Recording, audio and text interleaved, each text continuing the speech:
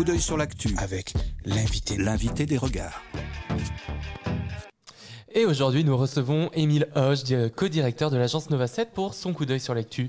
Rebonjour Émile Hoge et merci d'être avec nous sur Radio Anthropocène. Bonjour, je suis ravi d'être avec vous.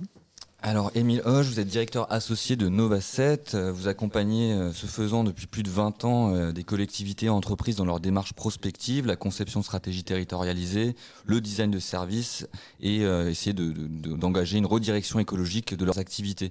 Et nous vous recevons aujourd'hui parce que vous avez également cofondé la communauté Imaginarium pour initier des démarches participatives de création de récits de fiction prospectifs et développer les capacités fabulatrices de chaque citoyen.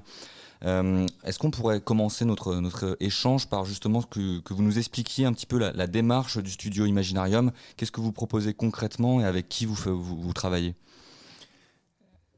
Merci. Effectivement, cette démarche qu'on a créée avec quelques camarades vise à développer la capacité des gens à créer des récits.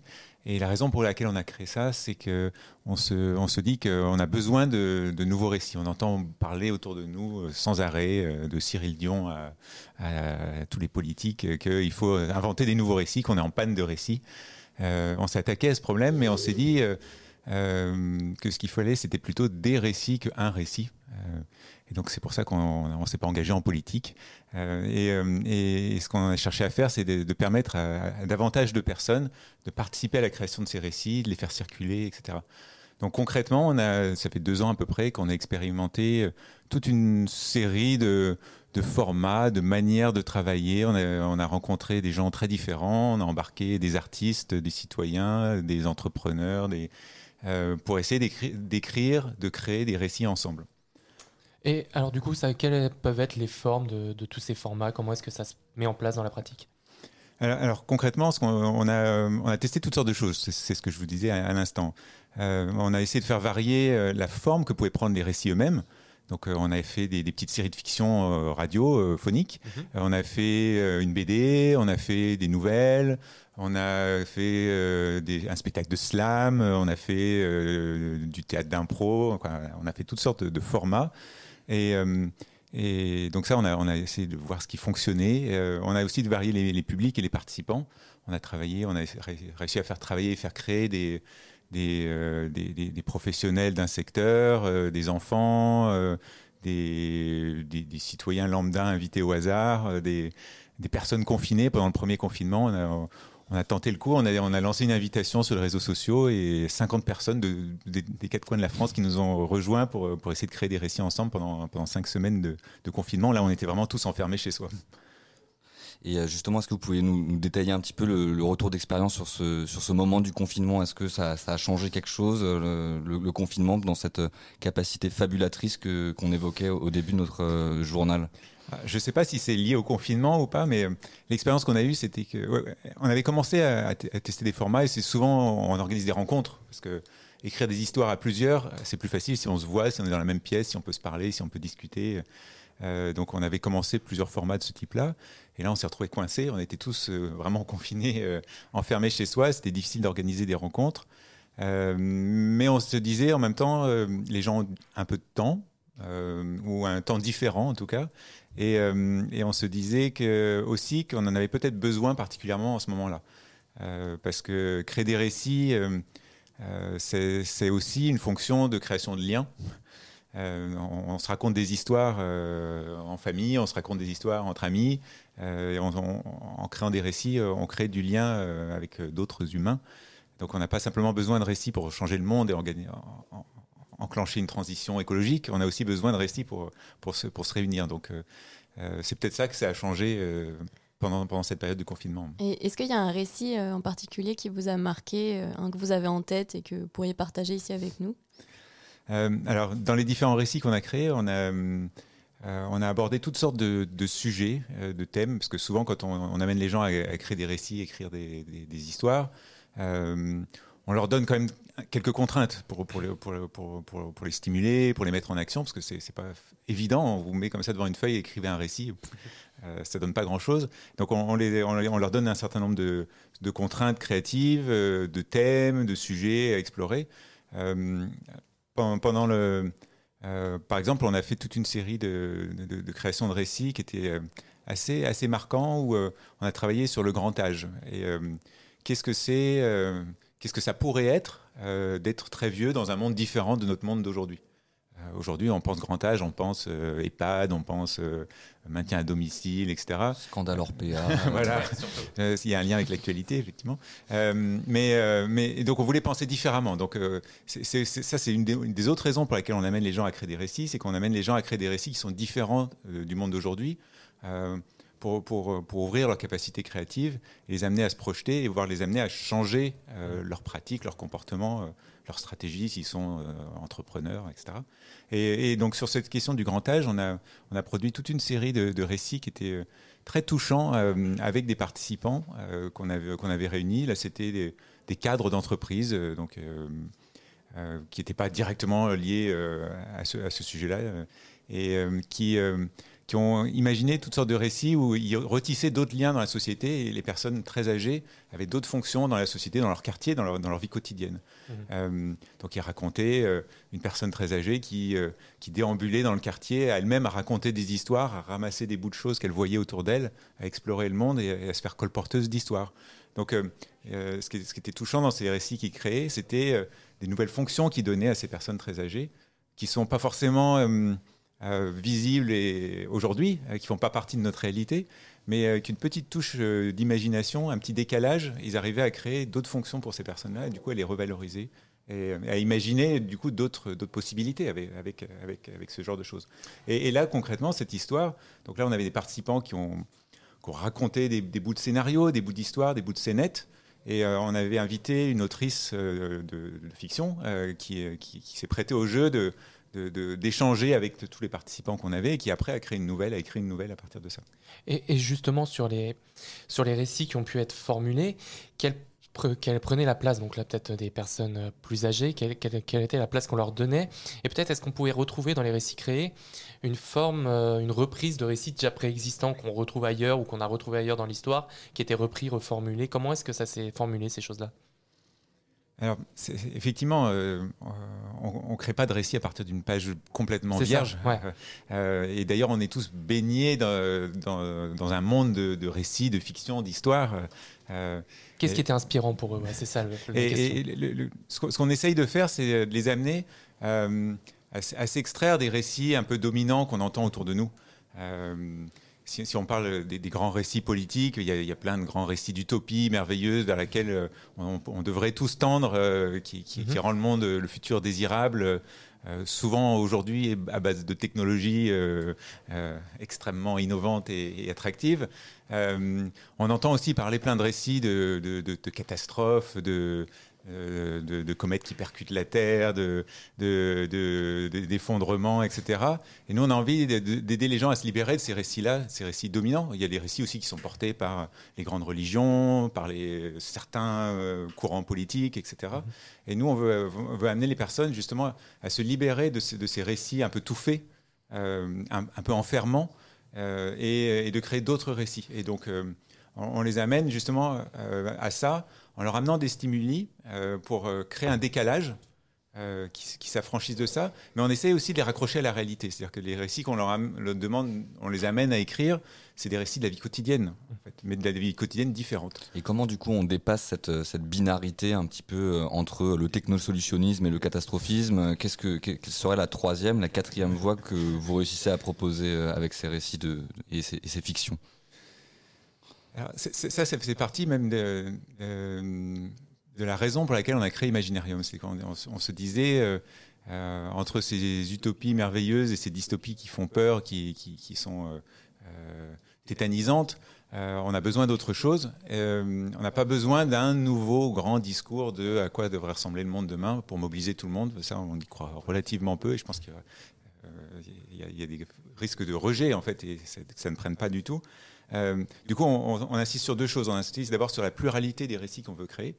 On pense que c'est vraiment important d'amener les gens à imaginer des récits plutôt qu'un récit qui remplacerait ces récits dont on vient de parler. Et on les amène à raconter des histoires qui vont justement essayer de contester soit la perfection de l'utopie ou soit la catastrophe de la dystopie. Et alors, quand on regarde des récits de contestation de l'utopie, il y a plein de choses qui sont intéressantes, qui émergent, qui ont un regard critique, qui font preuve d'humour ou d'ironie, qui vont aller pointer les failles ou les défauts, des fois avec pas mal d'humour sur les dérives possibles des réseaux sociaux, des voyages sur Mars, etc. On en trouve de plus en plus des espèces de contre-utopies ou de critiques de l'utopie. Et nous, ce qui nous intéressait, c'était de travailler sur la contestation de la dystopie. Parce que ça, pour nous, il y en a moins. Et pour nous, ça revient à trouver une manière de rendre acceptable, voire appropriable et appréciable l'imperfection.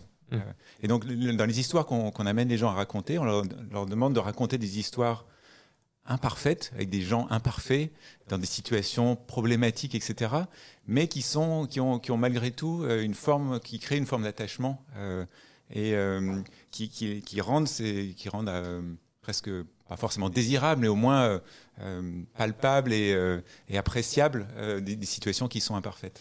Et alors, je voudrais me faire un petit peu l'avocat du diable, mais en pluralisant comme ça les récits, les mythes, enfin des choses, des histoires qui permettent aux gens de se mobiliser, de faire action commune. Si on les pluralise à l'extrême, est-ce que vous n'avez pas peur que justement il n'y ait plus de récits communs et donc on soit dans une impasse de faire société, qu'on n'ait plus quelque chose qui permette à la société dans son ensemble, à la communauté nationale, extranationale ou même régionale, de se mouvoir vers un but qui soit plus ou moins commun? Est-ce que vous n'avez pas peur qu'il y ait juste une dissension, qu'il y ait des individus chacun de leur côté ou en petits groupes affinitaires, voilà, pardon, je perds mes mots, et donc voilà, qu'on perde le sens même de la communauté et de la société? Effectivement, on peut imaginer que c'est un risque si on pousse la logique loin, mais si on construit une pluralité de récits, si on amène les gens à construire à plusieurs cette pluralité de récits, on les amène du coup aussi à reconnaître la qualité des récits que les autres produisent. Et donc, quand on organise des petits groupes, par exemple, on va réunir 40 personnes, ils vont se mettre par 3-4 et on va produire du coup une dizaine de récits peut-être très différents. Mais après, on va se les raconter entre nous. Et donc, on amène les gens à la fois à développer leur capacité fabulatrice, leur inventivité pour créer leur récit, mais aussi leur capacité d'écoute et d'entrer en relation avec les récits des autres. Et donc, c'est une manière de faire société dans une pluralité de représentation du monde et pas une manière de faire société autour d'une grande vision commune auquel on serait obligé d'adhérer forcément parce que c'est la bonne. Et vous diriez du coup que c'est presque le processus qui prime sur le contenu, enfin, c'est le fait de faire récit ensemble qui structure et qui fait lien et qui fait se rendre sensible et à l'écoute, qui serait finalement plus important que les idées et les contenus de ce récit même? Alors ça, c'est un grand débat qu'on a au sein d'Imaginarium et des gens qui travaillent avec moi sur ce sujet-là. Ma conclusion, c'est plutôt que les deux sont importants. Là, je viens de vous décrire en quoi le processus est important. On développe la capacité fabulatrice des gens, on développe aussi leur capacité d'écoute et d'entrer en relation avec les autres à travers la fiction et les récits. Mais ce qui est produit, le récit qui est créé, il a aussi de la valeur. D'abord parce que c'est plus facile d'écouter un récit qui a une valeur esthétique, qui a une forme qui parle, qui touche, même si qu'on soit d'accord ou pas avec, qu'on y adhère, qu'on apprécie, la forme et la qualité du récit comptent. Et donc le récit est important pour cette raison-là, parce qu'il permet de rentrer en relation. Il est aussi important parce que on s'est rendu compte que les gens qu'on invite à créer ces récits, ils éprouvent une sorte de fierté ou de contentement, tout simplement, d'avoir créé quelque chose qui a de la valeur pour eux et pour les autres qui veulent bien montrer. Parce que si on crée quelque chose d'un peu moche, mal fait, pas très cohérent, on n'ose pas trop en parler, on n'ose pas trop le montrer. Et donc, du coup, on n'a pas vraiment développé jusqu'au bout sa capacité créative et fabulatrice. Donc voilà, la qualité de ce qu'on produit est aussi importante. C'est pour ça que souvent, dans les démarches, on essaye d'accompagner les gens avec des conseils pratiques ou d'embarquer des artistes, des auteurs, des dessinateurs, parce que eux, ils ont aussi ce talent-là et d'aider les gens à se dépasser et à donner forme à ce qu'ils racontent alors certains d'entre eux en tout cas, ceux qui jouent le jeu, de s'embarquer dans l'aventure, ça développe la richesse de ce qui est produit. Et en vous écoutant parler, moi ça me fait penser plutôt, aujourd'hui vous parlez beaucoup d'un grand récit qu'il faudrait réussir à dépasser, mais est-ce que dans la politique et le désengagement des citoyens dans la politique actuellement, est-ce que c'est pas plutôt parce qu'on n'a plus de récit, on ne voit plus d'hommes politiques porter réellement un récit ou le moindre récit qui soit, et qu'on voit du coup quelqu'un comme Éric Zemmour avec le récit dont on peut penser tout le mal qu'on veut, mais qui amène un récit et qui fait qu'il arrive à faire adhérer des gens derrière lui.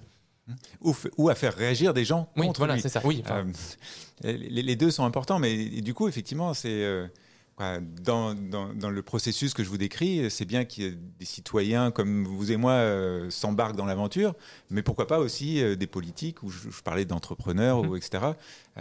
Cette capacité fabulatrice, c'est intéressant si elle est partagée par tous. Et si elle n'est pas juste réservée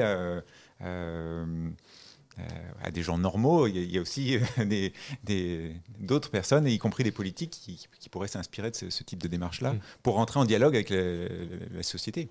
Et alors moi j'ai une question sur le récit et comme médium. Est-ce que c'est encore un médium qui permet au plus grand nombre de se rassembler? Est-ce que le coût d'entrée pour participer à ce type de processus participatif n'est pas trop lourd? Est-ce que vous voyez, quel public vous rencontrez, vous, dans vos ateliers? Et est-ce qu'il n'y a pas un conflit de légitimité parfois à prendre la parole, à se sentir imposteur, à parler aussi et cette crise de l'autorité aussi qu'on peut voir dans une autre mesure, à se faire auteur? Est-ce que c'est quelque chose qui est facile pour les participants? Alors c'est pas facile, et il y a deux difficultés dans ce que vous décrivez. Il y a à la fois cette difficulté d'amener les personnes à faire le premier pas, de rentrer dans le processus. Et du coup, des fois, on essaie d'aller vers eux aussi, et de s'appuyer sur des partenaires ou des relais qui peuvent travailler avec nous pour amener des gens à rentrer dans la logique. Quand on a travaillé avec des collégiens, on va aller travailler avec des structures associatives, par exemple, qui les fréquentent au quotidien et qui peuvent plus facilement les amener dans la démarche. On essaye aussi des fois d'utiliser des formats qui vont toucher ou parler à différentes personnes. Quand on a travaillé avec un collectif de slam, on ne touchait pas le même public que quand on travaille avec une autrice de fiction en littérature.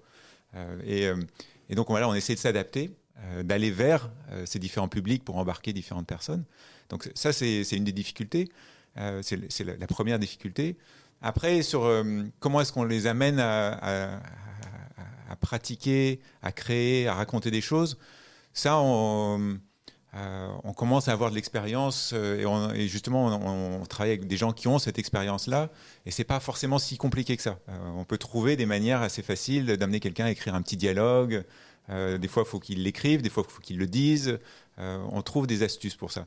La deuxième difficulté, en revanche, c'est que avec nos petits moyens, c'est pas évident finalement d'arriver à embarquer dans ce type de processus-là plus de dizaines ou centaines de personnes, et alors que la population française c'est quelques dizaines de millions.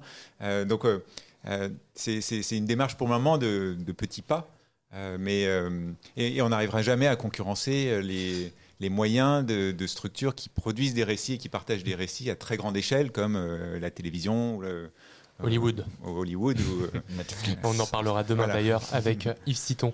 Merci beaucoup Émile Hoge. Je vous propose de faire une petite pause musicale puis on se retrouve tout de suite dans Regard sur l'actu.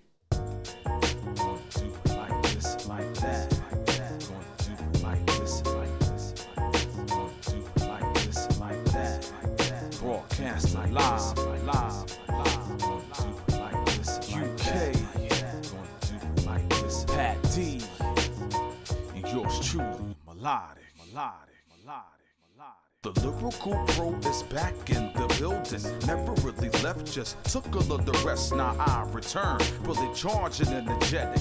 Looking to change the ignorant and apathetic.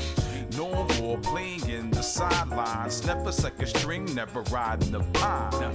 You're in the midst of a skilled veteran. Gonna be hard pressed to find one better than yours truly. Dismantles the unruly. Hitting returns like Andre Agassi. Like Tiger, the gallery is following. Protect my mind like the monks from the Shaolin. Doesn't take a real genius to know you need help along the way to parlay your musical vision placed upon the masses, curing the hip-hop world of all the whackness. Take a seat, just lean back, relax your mind. Feel this groove, making you move. Now it's your time. Take control, beat your soul. Now you're on the way. Let's proceed, feeling your need to the break good day. Back in the early days, foolish ways would enter into the mix. Let me stick with the solid foundation. The beat that you're listening to will make my vibes renew, like exchanging vows on a silver anniversary. Not many out there with this ability, joining hands with beats like this. Peace to Pat D for this overseas mix. Raw hip-hop with soulful interjection, on point with no misconception. This global collaboration is at its beginning, so what I'm envisioning, fly beats and dope rhymes will be the spark that will change the times. Relax your mind, I'm in it for the long haul. Melodic has answered the call. Take a seat, just lean back, relax your mind. Feel this groove, making you move. Now it's your time. Take control, beat your soul. Now you're on the way. Let's proceed, feeling your need to the break good day. Capturing the essence, my progression to this modern day hip-hop session. Freestyle mode, controlled by my instincts. People thought this style was extinct, brought back to life like the reincarnation. Made it through childbirth with no complication. As an infant, my brain was developing lyrical flows and styles. I was collecting the right direction. I was traveling, missed it this time. Go peep my caption. Satisfaction guaranteed. My customer service the best. You heard this? Heading for the finish line as I combine my thoughts and ideals as I reveal the better way of making hip-hop music. So just relax your mind. Take a seat, just lean back, relax your mind. Feel this groove, making you move. Now it's your time. Take control, beat your soul. Now you're on the way. Let's proceed, feeling your need to the break good day. Take a little time, take a little time, take a little time and relax your mind. Take a little time, take a little time, take a little time and relax your mind. Take a little time, take a little time, take a little time and relax your mind. Take a little time, take a little time, take a little time and relax your mind. Take a little time, relax your mind. Relax your mind. Take a little time, take a little time and relax your mind. And relax your mind.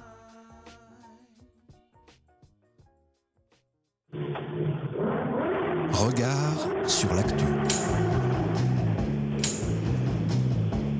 Regard sur l'actualité à l'aune de l'Anthropocène. Regard sur l'actu. Tant qu'il y a d'un côté des manifestants, de l'autre ils n'en sortent pas. Et vous êtes bien sur Radio Anthropocène, nous sommes toujours dans les regards sur l'actualité. Nous recevons Émile Hoge, co-directeur de l'agence Nova 7 pour son coup d'œil sur l'actu. Juste avant la pause musicale, nous parlions Imaginarium, à travers l'atelier, je sais même plus comment le dire en réalité, le collectif de réflexion prospective et de fabulation collective citoyen que vous avez monté, Émile. J'aimerais maintenant vous entendre peut-être plus en avant sur le rôle de la littérature et de la fiction pour penser à un imaginaire qui soit désirable, une écologie qui soit confortable et qui ne soit pas seulement punitive. Est-ce que c'est un problème sémantique qu'on vit aujourd'hui ? Pour Bruno Latour, la décroissance peut être entendue comme un objet obus qui détruit tout sur son passage. Et on voit aussi que la sobriété heureuse ne rassemble pas. Donc quel serait le mot à trouver, Émile ? Alors, je ne vais pas vous aider à trouver le mot, mais par contre, nous, ce qu'on essaye de faire, c'est d'aider à créer des histoires qui répondent à ce défi. Comment est-ce qu'on peut se raconter des histoires dans un monde qui est déjà aussi incroyable que l'actualité le montre, dans un monde qui est aussi en situation aussi critique que celle qui est décrite par l'Anthropocène et les chercheurs qui travaillent sur ce sujet, sur le climat, sur la biodiversité, etc. Comment est-ce qu'on peut trouver une place pour des récits là-dedans ? La réponse pour moi, elle est d'aller chercher des récits qui, à la fois, permettent de réapprécier les imperfections du monde et de mettre en scène et de raconter des histoires où on vit dans un monde imparfait, comme je disais tout à l'heure, mais on y vit. Ça me fait un peu penser au bouquin de Donna Haraway qui Staying with the Trouble, vivre avec le trouble en fait. Comment est-ce qu'on vit avec le trouble ? Elle raconte très bien que c'est par le tissage de liens et la création de récits. Alors elle va même encore plus loin, c'est pas que entre humains, c'est aussi interespèces. Et je trouve elle commence ce livre avec une petite histoire, une petite image qui est intéressante. Elle parle des SF. En anglais, SF, c'est science fiction, la science-fiction, mais c'est aussi string figures. C'est les petits jeux qu'on fait quand vous voyez quand on crée des formes en reliant les doigts et des bouts de ficelle. Je ne sais pas si vous voyez ça. Et donc elle dit, ça c'est une manière de créer des liens, de raconter des histoires. On crée des formes. Et donc elle dit, voilà, les récits, c'est ça. Ça crée des liens et ça crée des liens entre des personnes, entre des doigts. Et elle cherche dans toute son œuvre et dans tous ses travaux à trouver des manières de créer des liens à travers des récits. Alors déjà entre humains de cultures différentes, de mondes différents, mais aussi interespèces. Elle va aller essayer de voir comment est-ce qu'on peut créer des liens avec d'abord son chien ou sa chienne, avec pourquoi pas aussi des cailloux ou des fleuves. Et donc pour moi c'est ça le type de récit qui est intéressant d'aller chercher. Parce que c'est ça les récits qui nous permettent de vivre dans ce monde qui est tout troublé et troublant.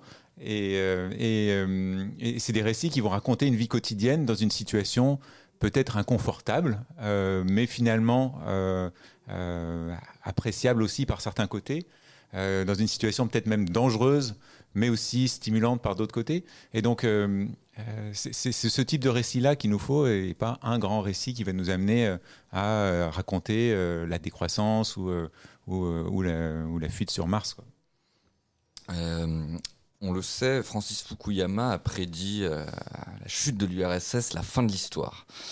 Est-ce qu'on ne saurait pas, sans devenir alarmiste et catastrophiste, j'ai bien entendu vos précautions et votre invitation à être prudent quant à ce type de récit catastrophiste, est-ce qu'on n'est tout de même pas en train de vivre une forme de fin de l'histoire, et même si les effondrements se sont toujours produits, on le sait aussi, mais cette fin de l'histoire comme incapacité collective à penser un présent qui nous assurerait les gages de notre survie, de notre maintien?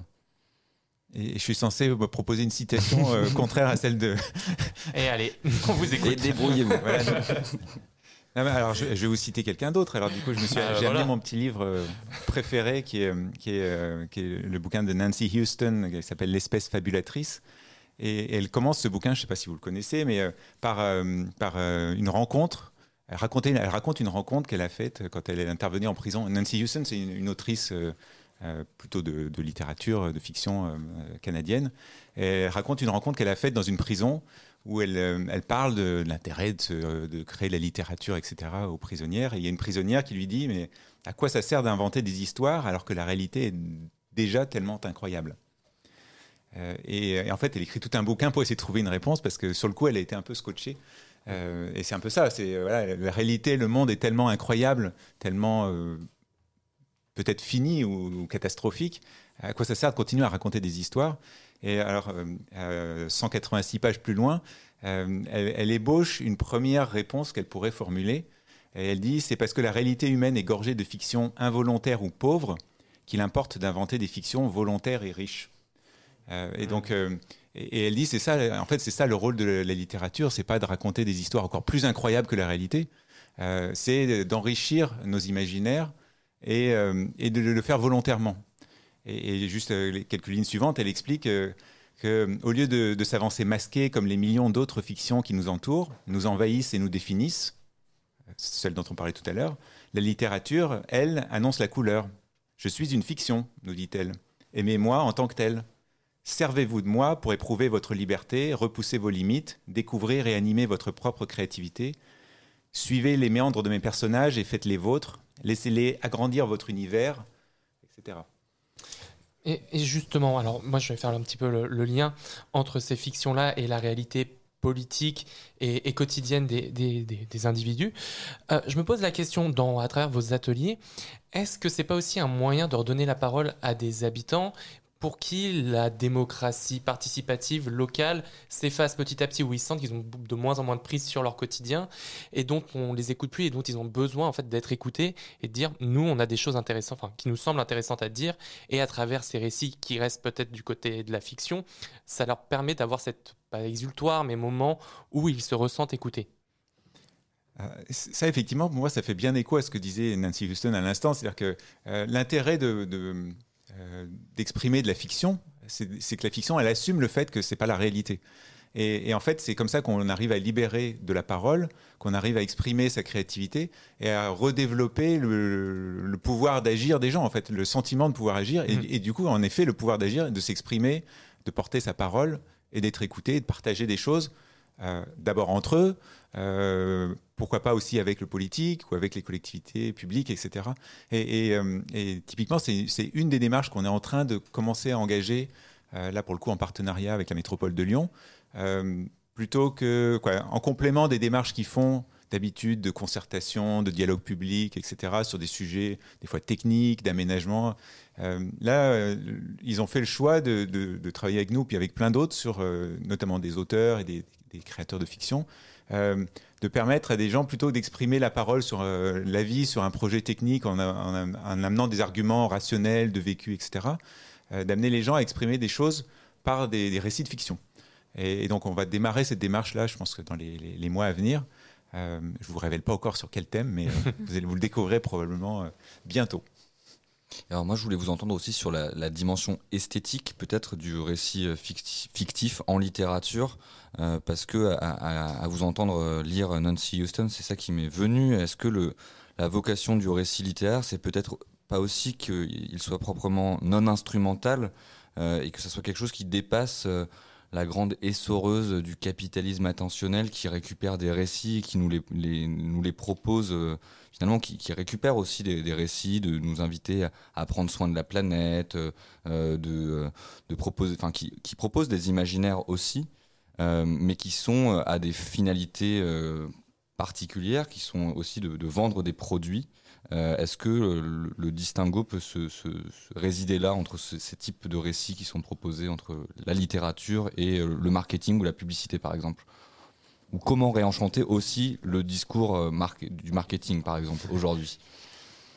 Alors, une des premières grandes différences entre les récits produits par la littérature ou par nos petits ateliers, par des individus ou des citoyens ordinaires, et ces grands récits publicitaires, voire même des récits qui ne sont pas publicitaires, mais des films à gros succès ou des choses comme ça. D'abord, il y a une différence de moyens derrière et du coup de visibilité ou d'audience. Et voilà, avec aussi belle soit-elle une petite nouvelle ou un poème ou aussi touchant soit-il un récit raconté par des cadres d'entreprise sur des personnes très âgées ou autres, on ne fera jamais le poids dans l'univers médiatique d'aujourd'hui par rapport à ces grands récits-là. Mais du coup, je pense qu'il ne faut pas aller essayer de se battre sur ce registre-là, et il faut travailler sur un autre registre. Et pour moi, autant il faut arriver à maintenir la qualité de la production de ces récits, mais pour moi, ce qui est vraiment important, c'est de le combiner avec le développement de la capacité des gens à les créer, ces récits, à les produire. Vous voyez un film sur Netflix, vous regardez une publicité de je ne sais pas quelle marque, vous n'avez aucune place dedans. En fait, c'est pas vous qui le créez. Vous n'avez même pas de quoi exprimer votre liberté créative par rapport à ça. Alors que si on vous amène à lire un roman, vous êtes en train de vous immerger dans un personnage, vous commencez à imaginer les décors, des suites, etc., à rêver. Quand vous écrivez vous-même une histoire, une nouvelle, une BD, ça va encore plus loin, parce que là, vous exprimez encore plus votre capacité. Donc pour moi, c'est sur ce registre-là qu'il faut aller, plutôt que sur le registre de se battre en termes de pourcentage d'audience. Oui, tout à fait. Et justement, peut-être la dernière question, Émile Houge, sur la question du lieu du pouvoir aujourd'hui, sur le lieu du pouvoir de nos imaginaires, entre Netflix et Macron, finalement, qui a le pouvoir ? Alors, je me pose de ces questions aujourd'hui.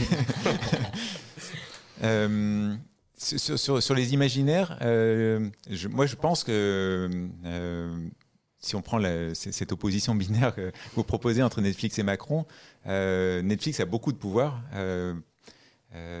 notamment en termes de moyens et d'audience. Même notre président de la République, finalement, il a pas une si forte audience, il est moins présent dans nos vies. Oui. On passe moins de temps à écouter Macron qu'à regarder Netflix en moyenne dans la société. Ouais, j'espère. Après, en tout cas, c'est sûr.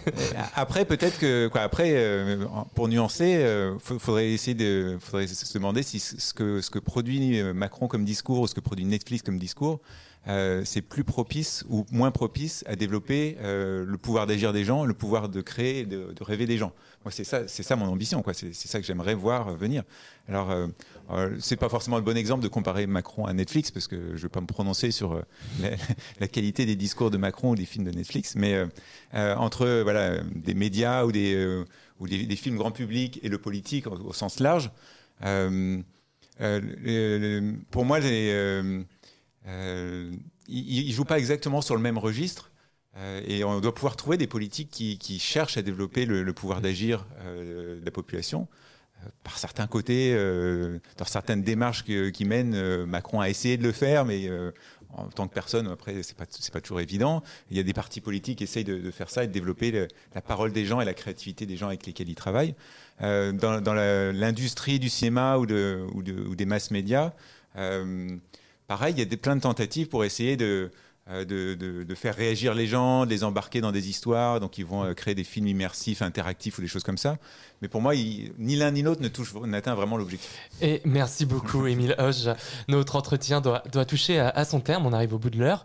Merci beaucoup. Je rappelle que vous êtes co-directeur de l'agence de prospective urbaine Nova 7. À bientôt sur Radio Anthropocène. Merci beaucoup. J'ai passé un bon moment avec vous. Merci.